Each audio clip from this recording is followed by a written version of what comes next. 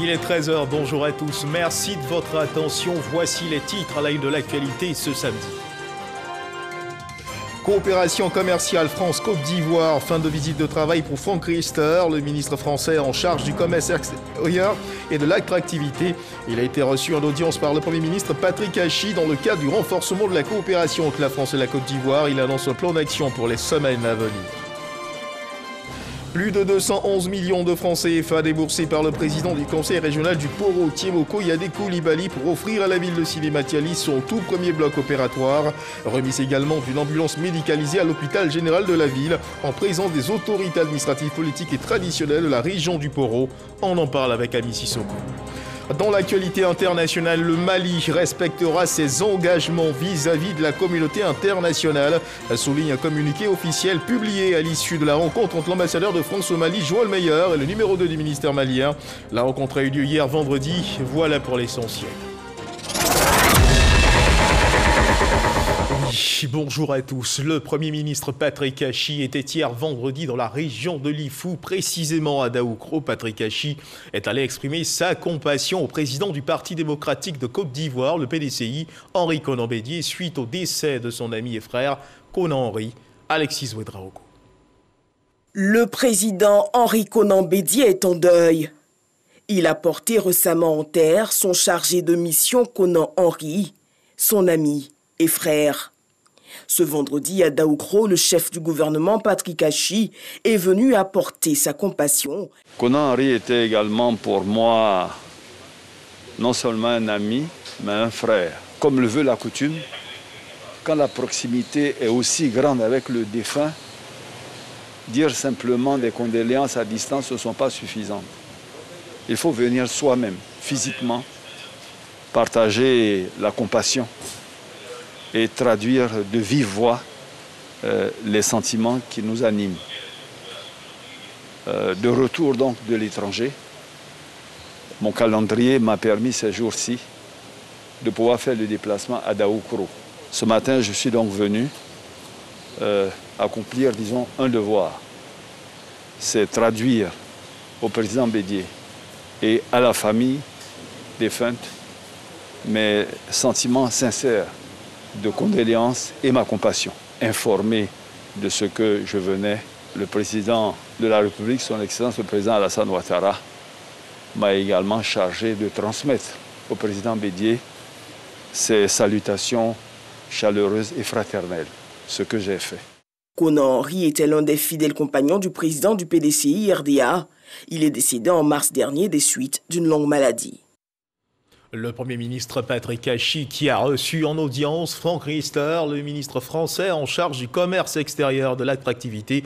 C'était hier vendredi le bilan des rencontres qu'il a eues avec le ministre français en charge du commerce extérieur de l'attractivité, Franck Riester, après 3 jours passés en Côte d'Ivoire et les perspectives à venir pour le renforcement de la coopération entre la France et la Côte d'Ivoire. Voici ce dont il a été question au cours de cette audience. Cheikh Koné.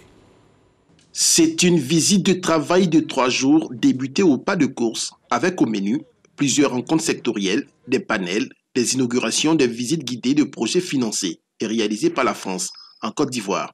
Au terme de ce marathon, Franck Riester dresse le bilan à sa sortie d'audience avec le Premier ministre, Patrick Hachi. Ça a été une visite bien chargée autour de la réaffirmation de la volonté du président Emmanuel Macron de renforcer les liens entre la Côte d'Ivoire et la France pour voir de manière très concrète comment on peut renforcer nos échanges commerciaux, notamment faire en sorte qu'il y ait davantage d'exportations ivoiriennes en France et que ces exportations soient plus porteuses de valeur ajoutée, c'est-à-dire qu'il y ait davantage de transformations ici réalisées en Côte d'Ivoire pour des exportations vers la France, mais aussi à travers ces partenariats, des exportations vers d'autres pays, qu'ensemble, nous puissions bâtir des chaînes de valeur, des chaînes de production, des partenariats qui nous permettent d'exporter des produits depuis la Côte d'Ivoire ensemble vers le reste du monde.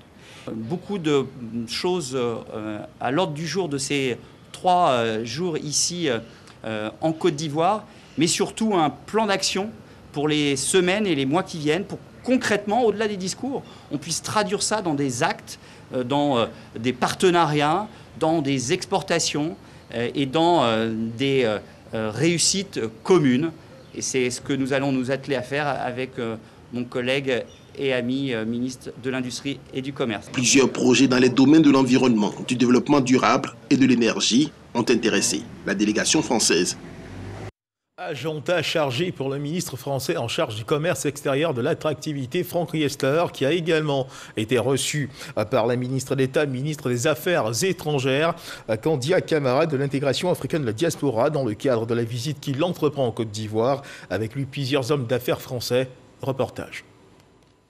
Franck Riester, le ministre français délégué auprès du ministre de l'Europe et des Affaires étrangères, chargé du commerce extérieur et de l'attractivité, présent à Abidjan, à la tête d'une forte délégation, a été reçu en audience par Kandia Camara, ministre d'État, ministre des Affaires étrangères, de l'intégration africaine et de la diaspora.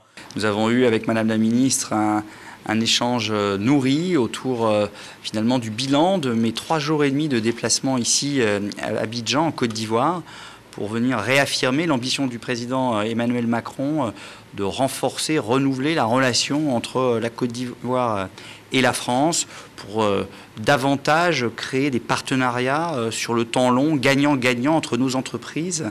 J'ai eu l'occasion de me déplacer avec 40 entreprises françaises qui m'ont accompagné pour voir de quelle manière on pouvait mieux financer les entrepreneurs ivoiriens, comment on allait pouvoir dans les années qui viennent contribuer à faire en sorte qu'ici en Côte d'Ivoire soient davantage transformés les produits agricoles. Des partenariats pour permettre aussi de faire la part belle aux hommes d'affaires ivoiriens désireux d'entreprendre sur le marché français et vice-versa. Nous avons dorénavant pour mission de faire en sorte que les entreprises ivoiriennes puissent aller à la rencontre de leurs consoeurs, soit africaines, françaises ou européennes.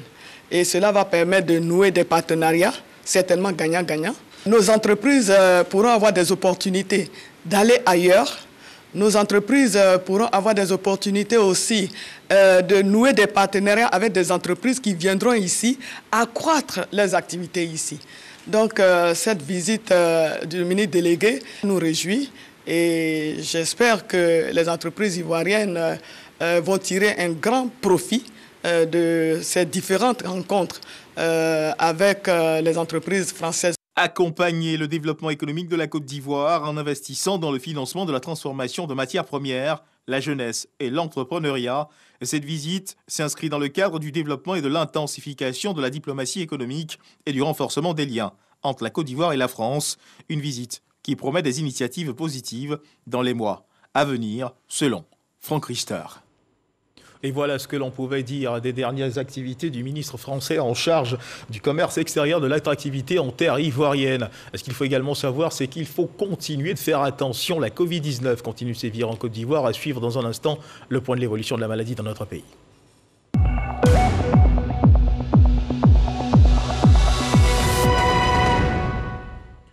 Le ministère de la Santé et de l'Hygiène publique de la couverture maladie universelle a enregistré le vendredi 4 juin 2021 46 nouveaux cas de Covid-19 sur 2759 échantillons prélevés, soit 1,7% de cas positifs, 68 guéris et 0 décès. À la date du 4 juin 2021, la Côte d'Ivoire, notre pays, compte donc 47 435 cas confirmés, dont 46 915 personnes guéries, 306 décès et 214 cas actifs. Le nombre total d'échantillons est de 657 347. Le 3 juin, 12 227 doses de vaccins contre la Covid-19 ont été administrées, soit un total de 579 715 doses administrées. Le ministre de la Santé et de l'Hygiène publique de la couverture maladie universelle invite toutes les personnes de plus de 18 ans à se faire vacciner dans les centres de vaccination. La vaccination contre la Covid-19, rappelons-le, est gratuite et volontaire. Elles peuvent se réjouir. Les populations de la ville de Sinématiali, l'hôpital général de la localité, vient d'être doté de son tout premier bloc opératoire. Le président du conseil régional du Poro, Timoko Yade Koulibaly, a procédé à l'inauguration de ce bloc opératoire et à la remise d'une ambulance médicalisée à l'hôpital général de la ville. Coût de réalisation, plus de 211 millions de francs CFA. C'était en présence des autorités administratives, politiques et traditionnelles de la région du Poro. C'est ce que nous dit Ami Sissoko. L'hôpital général de Sinématiali a désormais un bloc opératoire. C'est un bâtiment de plus de 250 mètres carrés qui abrite entre autres des salles d'opération, de réveil, de préparation de malades et des bureaux. il est également équipé. C'est un don du conseil régional du Poro. Ce bloc opératoire qui relèvera certainement le plateau technique de notre hôpital mettra fin également au calvaire de nos populations qui, pour la plus petite opération chirurgicale, étaient référées à Korogo et à Ferké. Ce bloc permettra d'alléger la tâche au CHR de Korogo et à l'hôpital général de Ferké.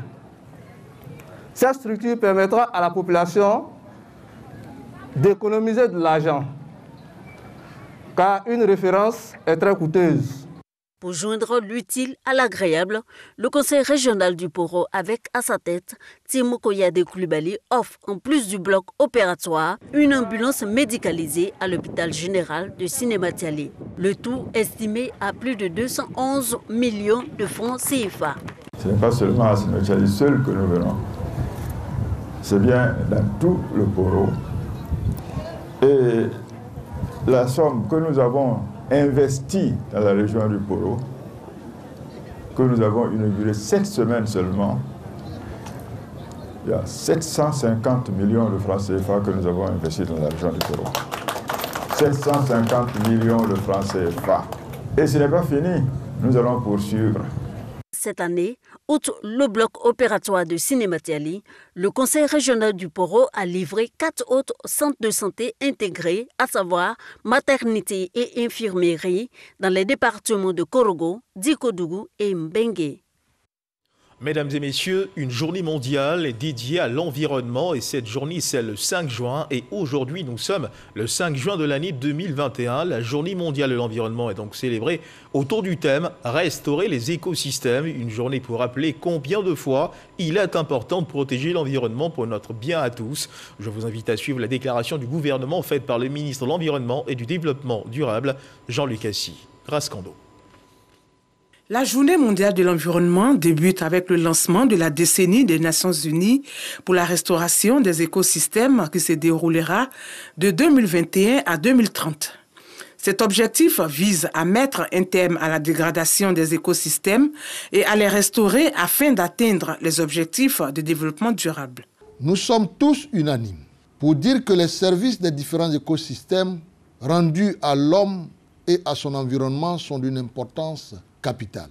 Cependant, ces écosystèmes subissent de fortes pressions exercées par la plupart des activités anthropiques, comme la déforestation, la pollution des milieux aquatiques, la destruction de la mangrove et la surexploitation des sols. Toutes choses qui ont un lien avec la survenue de la pandémie à Covid-19 que le monde entier subit en ce moment. En cette journée mondiale de l'environnement, le ministre Jean-Luc Assy invite les populations à des actions du planting d'arbres, au nettoyage des plans d'eau et à la promotion des énergies renouvelables. La préservation et la restauration doivent contribuer à réduire l'exposition de la population en agissant de manière durable et à grande échelle sur les causes de la dégradation des écosystèmes. Chacun est concerné, tant au niveau individuel que collectif. La création récente du parc national de Mabiyaya, dans la région de la Mé, procède de cet effort de restauration des écosystèmes. Il en est de même pour les aires marines protégées comme celle de Grand Bérébi, sur le littoral qui vient aussi d'être créé. Le thème retenu cette année pour la Journée mondiale de l'environnement est « Restaurer les écosystèmes » avec pour slogan national « Ensemble, redonnons vie à notre nature ». Un reportage de Grâce-Cando, direction Yamoussoukro, les yeux grands ouverts, l'oreille attentive et des questions qui fusent. C'est avec énormément de plaisir que les élèves du district de Yamoussoukro ont découvert le Sénat de Côte d'Ivoire, s'interrogeant sur son rôle et son fonctionnement. Échange et visite des locaux ont meublé cette activité, c'est ce que nous dit Kader Sokotoko. Samassi Ousmane Touré, secrétaire général adjoint du Sénat, présente son institution aux élèves de Yamoussoukro. La mission du Sénat, son fonctionnement et sa place dans la vie de la nation, tout est évoqué. Yamoussoukro, qui abrite le siège de l'institution, est une aubaine pour ces élèves de donner suite à leur curiosité.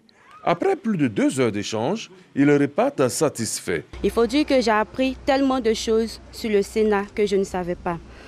D'abord, j'ai appris que le Sénat, qu'il y avait 99 sénateurs dont 66 sont élus et 33 sont nommés par le président de la République. J'ai une forte envie de devenir sénatrice. Le président du Sénat, Jano Aousso-Kouadio, était représenté à cette cérémonie par son directeur de cabinet, Simplice Yao. 1 384 899 candidats composeront aux examens à grand tirage de la session 2021. Ces examens ont été lancés hier vendredi par le ministère de l'Éducation nationale, de l'alphabétisation à la direction des examens et concours au plateau. La ministre de tutelle, Mariatou Koné, veut des examens en toute transparence, loin du spectre de la fraude.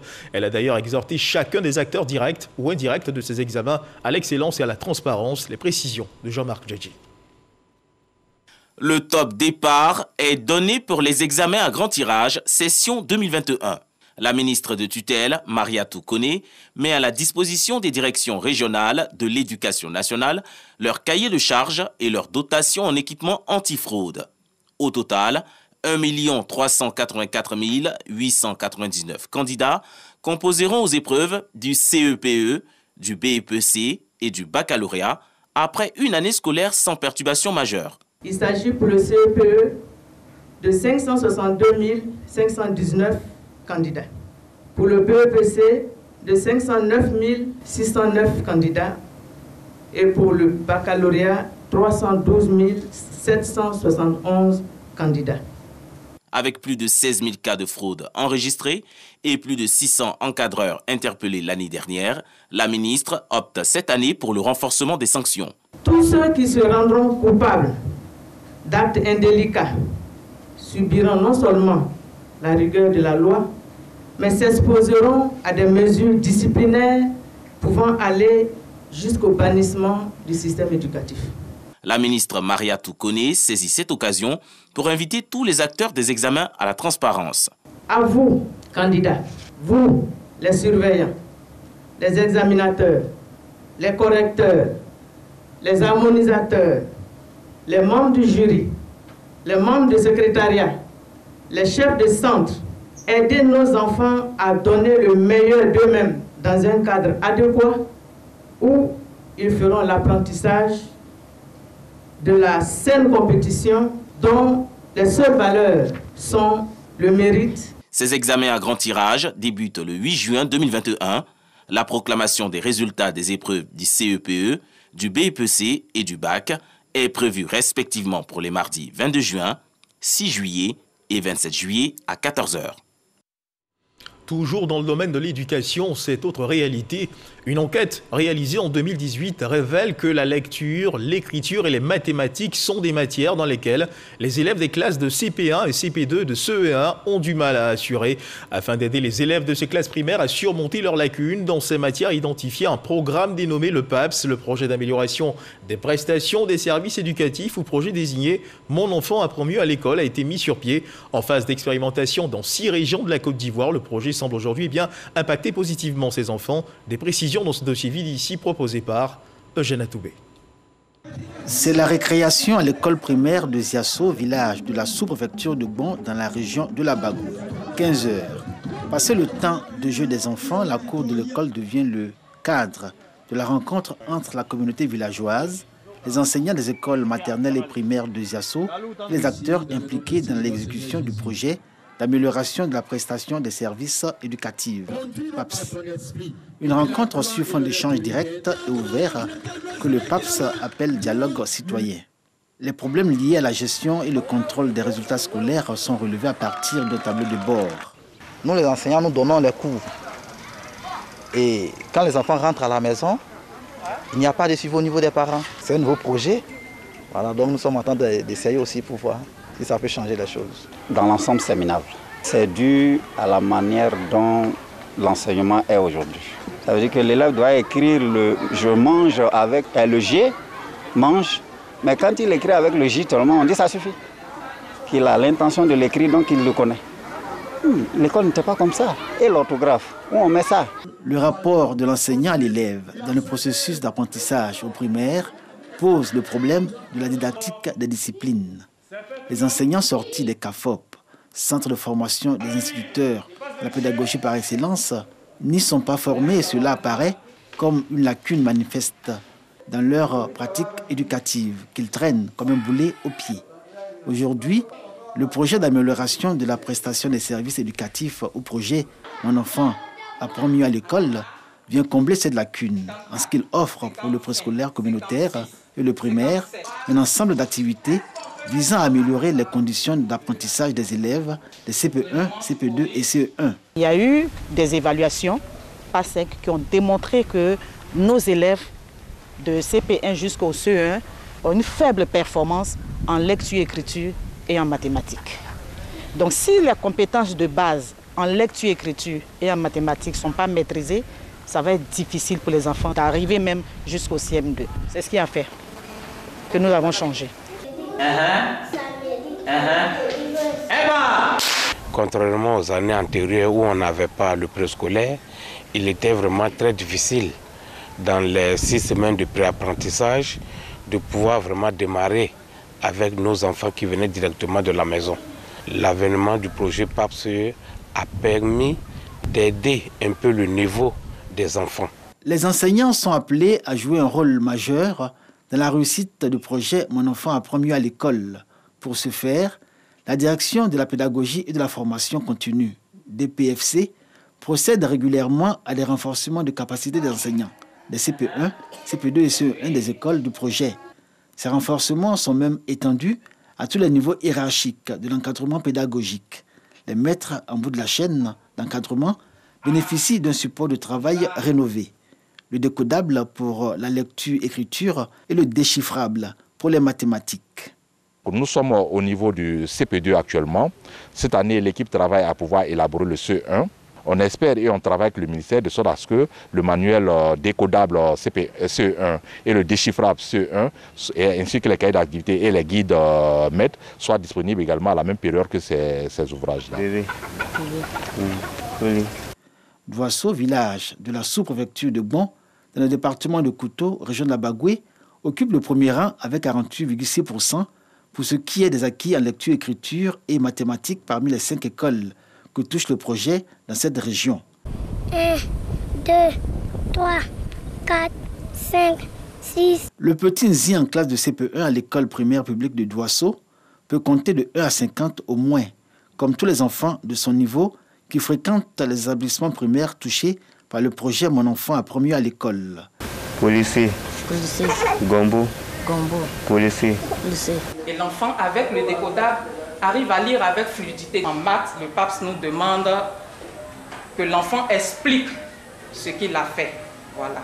Il doit nous dire comment il a procédé et comment il sait, comment il a fait pour trouver son résultat. Les 4 autres villages, Timboroni, Ziasso, Blidiemene et Tindara, avec respectivement 41,2%, 40,6%, 37,7% et 37,5%, ne sont pas moins méritants, comparativement à la moyenne nationale qui est de 34,8%. Ces ratios mettent en évidence non seulement l'impact des nouvelles approches et nouveaux outils pédagogiques, mais aussi l'appropriation du projet par l'ensemble pédagogique de la chaîne d'encadrement et toutes les parties prenantes. On a fait une formation en lecture, écriture, une formation en mathématiques. Et on a vu des nouvelles méthodes, tout ce qu'on peut faire pour que l'enfant puisse être imprégné, l'enfant puisse être acteur dans sa formation. On a essayé de mettre tout cela en application pour que l'éducation en Côte d'Ivoire soit au sommet. Il y a eu une forte mobilisation qui a été provoquée et suscitée par le PAPS. Et donc on peut facilement mettre en œuvre toutes ces pratiques, dialogue entre les parents et les enseignants, entre la chaîne d'encadrement et les parents, parce que nous-mêmes, nous nous déplaçons pour aller dans ces localités, nous rencontrons les chefs de village, les populations et tout ça pour leur porter l'intérêt que présente justement l'école. De la mise en vigueur du projet en juillet 2018 à ce jour, des salles de classe y ont été construites et réhabilitées avec amélioration de l'environnement scolaire, notamment la latrinisation, la construction de pompes villageoises, à l'objectif d'améliorer les résultats d'apprentissage des élèves. Et dans cette même perspective, plusieurs nouveaux centres préscolaires communautaires ont été construits dans les 6 régions visées par le PAPS, entièrement équipés et pourvus en personnel. Ces centres préparent les enfants à intégrer le primaire avec des prérequis grâce à leur niveau d'éveil et d'apprentissage. La communauté en prend grand soin au regard de l'impact socio-économique et pédagogique du projet. On est en train de faire la sensibilisation et puis la mobilisation de la communauté pour pouvoir pérenniser le projet. C'est pour cela aussi on leur demande de mettre en place des AGR, des activités génératrices de revenus qui vont leur permettre de faire face à certains problèmes après le projet. Il est vraiment nécessaire que tous les acteurs, toutes les parties prenantes, c'est-à-dire les parents d'élèves d'abord, les enseignants, la chaîne d'encadrement pédagogique et les directions centrales du ministère puissent accompagner le projet de sorte à ce que les résultats puissent être des résultats objectifs et que cela puisse pouvoir permettre de pouvoir dire si on actionne tel levier, si on touche à tel autre levier, voilà ce qu'on peut obtenir en termes d'amélioration de la qualité. 150 écoles en Côte d'Ivoire expérimentent le projet Mon enfant apprend mieux à l'école avec les élèves des niveaux CP et classes maternelles dans un environnement d'apprentissage des enfants amélioré. Autant que les infrastructures. Toutes les parties prenantes du projet montrent leur détermination à s'approprier le PAPS, entrevu comme le modèle pédagogique capable d'améliorer les résultats d'apprentissage dans les écoles primaires. Un dossier vide ici signé Jeanne Atoubé, des salles de classe qui dans certaines localités seront transformées en bureaux de vote à partir du 12 juin 2021. Dans le cadre des élections législatives partielles du 12 juin 2021, le top départ de la campagne a été lancé hier vendredi 4 juin à 0h et prend fin le jeudi 10 juin à minuit. 6 circonscriptions sont concernées pour 6 sièges avec 26 candidats. À l'issue du scrutin, les candidats ayant obtenu la caution des électeurs pourront marquer leur entrée au sein de l'Assemblée nationale. Ils étaient nombreux, les membres du gouvernement présents à la rentrée académique de l'Institut de formation politique Amadou Gon Coulibaly. Ils ont pu partager leur expérience avec les étudiants présents à cette rentrée académique de l'Institut de formation Amadou Gon Coulibaly, le ministre français en charge du commerce extérieur et de l'attractivité, Franck Riester. Éric Corré. C'est à la suite d'un test rigoureux que ces 200 étudiants ont été retenus. Leur formation qualifiante va durer 6 mois. Ils étaient au départ 3000 candidats. Pour cette rentrée académique, l'Institut de formation politique Amadou Gon Coulibaly a sorti la grande artillerie. Plusieurs membres du gouvernement présents. Vagondo Diomandé représentait le Premier ministre Patrick Kachi. Il s'agit de faire en sorte que l'élite de la Côte d'Ivoire de demain puisse être formée. Et que cette élite-là soit bien formée. Mais aussi, il s'agit d'accompagner l'élite qui a la destinée du pays. Pour dire, en gros, que chacun se retrouve dans ce panel. Certains ministres ont eu l'occasion de partager leur expérience avec les étudiants. Un ministre de la République française a également participé au débat.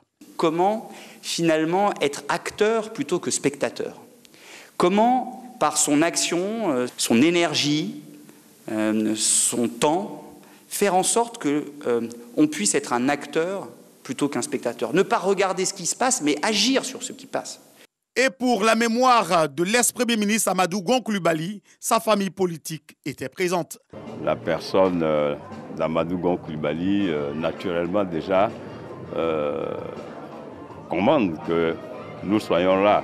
Le socle d'un pays repose sur la jeunesse. Et nous avons envie, pour nous qui avons une somme d'expérience, que nous puissions donc, à travers l'Institut Amadou Gon Coulibaly, qui incarnait beaucoup de valeurs, il était donc bon que nous soyons tous présents pour apporter notre pierre à l'édifice. Le président du conseil d'administration de l'Institut dit sa fierté. Pour nous, l'Institut démarre ses activités. Au-delà des personnalités reçues aujourd'hui, nous aurons périodiquement de grandes figures, qu'elles soient nationales, africaines ou internationales, pour justement donner le meilleur à ces jeunes qui ont été pris comme auditeurs au sein de l'Institut de formation Amadou Gon Coulibaly. Quant aux apprenants, ils repartent satisfaits. Ce que moi je retiens, c'est qu'on peut allier la vie politique et la vie professionnelle. Et en politique aussi, il faut de l'audace, il faut de l'engagement et également de la conviction. Le fait d'avoir pu échanger avec des ministres de la République de Côte d'Ivoire comme ceux de la République de France me permet d'avoir un autre regard sur la formation de la jeunesse et d'augmenter mon engagement même au sein de la politique de notre pays. Réunis à Yamoussoukro, la capitale politique, pour échanger sur le retour de l'ex-chef de l'État, Laurent Gbagbo. La Chambre nationale des rois et chefs traditionnels salue la nouvelle du retour de l'ancien président de la République en Côte d'Ivoire, Konaté Moussa. Les rois et chefs traditionnels se prononcent sur le retour et l'accueil de Laurent Gbagbo.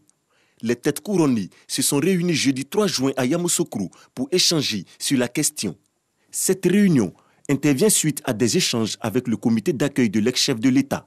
La réunion s'est tenue ce jour, mais en l'absence de l'autre parti qui avait pourtant promis aviser de son absence éventuelle en cas de nécessité. Des échanges précédents avec des émissaires du président Laurent Gbagbo, il résultait 2 messages. Dans le premier, le président Laurent Gbagbo nous transmettait sa volonté de regagner son pays dans un esprit de paix et de réconciliation nationale. Le deuxième message concernait l'accueil que le FPI pro-Gbagbo comptait réserver à son président et il demandait au directoire de s'associer à cet accueil en lui donnant de plus grands retentissements populaires. Après analyse des sujets abordés, les rois et chefs traditionnels donnent leur position. Le directoire salue et approuve le retour du fils au pays qui revient pour accélérer le processus de réconciliation nationale, nous dit-il. Quant au deuxième aspect, relatif à l'accueil, la totalité des chefs déclarent ne pas se sentir qualifiés pour y participer. Tout en félicitant ce retour qui contribuera à la réconciliation, la Chambre nationale des rois et chefs traditionnels souhaite que tout se passe dans la paix et la sécurité. Konaté Moussa, l'actualité, c'est également ce communiqué qui émane de la Haute Autorité de la Communication Audiovisuelle, la HACA. La HACA a eu connaissance de ce que des journalistes de la presse audiovisuelle mandatés pour couvrir la visite du ministre de la Réconciliation et de la Cohésion nationale, M. Kouadio Konan-Bertin, au siège du Parti démocratique de Côte d'Ivoire, le PDCI-RDA, le 3 juin 2021, ont subi une agression physique ainsi qu'une destruction de leur matériel de reportage. La HACA condamne fermement ces faits d'une extrême gravité qui constitue une atteinte intolérable à l'exercice libre de la profession de journaliste. La HACA, tout en appréciant les regrets exprimés par la responsable du PDCI RDA, en appelle à leur responsabilité, au-delà à celle de tous, de veiller au respect scrupuleux de la liberté de la presse.